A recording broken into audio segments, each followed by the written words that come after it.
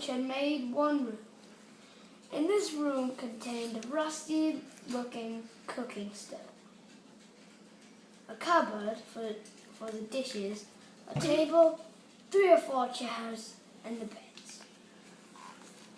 Uncle Henry and Aunt Em had a big bed in one corner and got Dorothy in a little bed in another corner.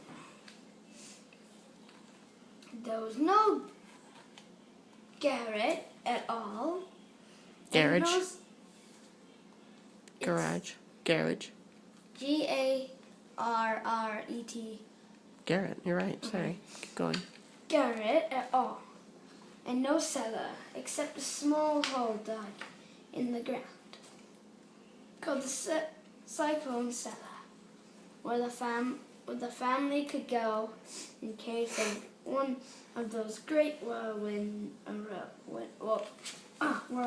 arose. Mighty enough to crash any building in its path, it was reached by a trapdoor in the middle of the floor, from which a ladder led down into the small dark hole. When Dorothy stood in the doorway and looked around, she could not see anything but the great grey prairie on every side. Not a tree nor a house broke in broad sweep the flat country. That reached the end of the sky in all directions. The sun had baked the plough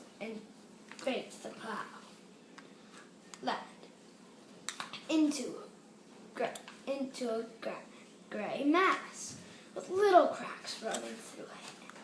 Even the grass was not green, for the sun had burned the tops of the long blades until they were the same grey colour to be.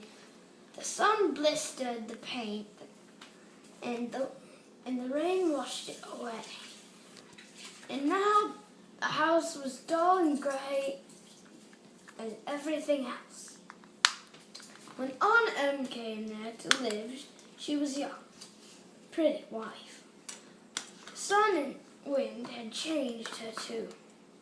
They had taken the sparkle from her eyes and left them a sober grey. They had taken the red from her cheeks and lips, and they were grey also. She was thin and gaunt, and never smiled now. When Dorothy, who was an orphan, first came to her, Aunt Em had been startled by the child's laughter, and she would scream and press her hand upon her heart whenever Dorothy's merry voice reached her ears. And she still looked at the little girl with wonder that she could find anything to laugh at. Uncle Henry never laughed. He worked hard from morning till night, and did not know what joy was.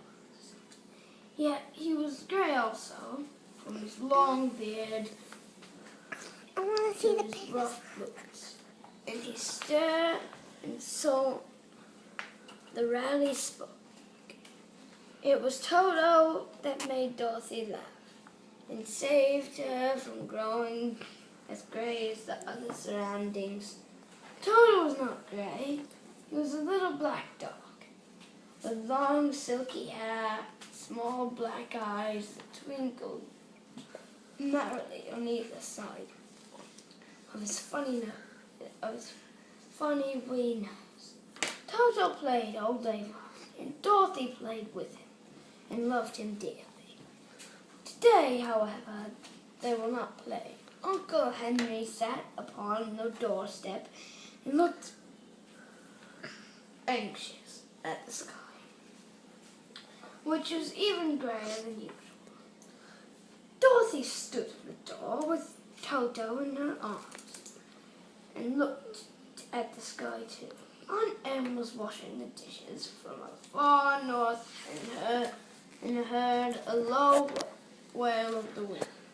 And Uncle Henry and Dorothy could see where the long grass bowed in waves before the coming storm.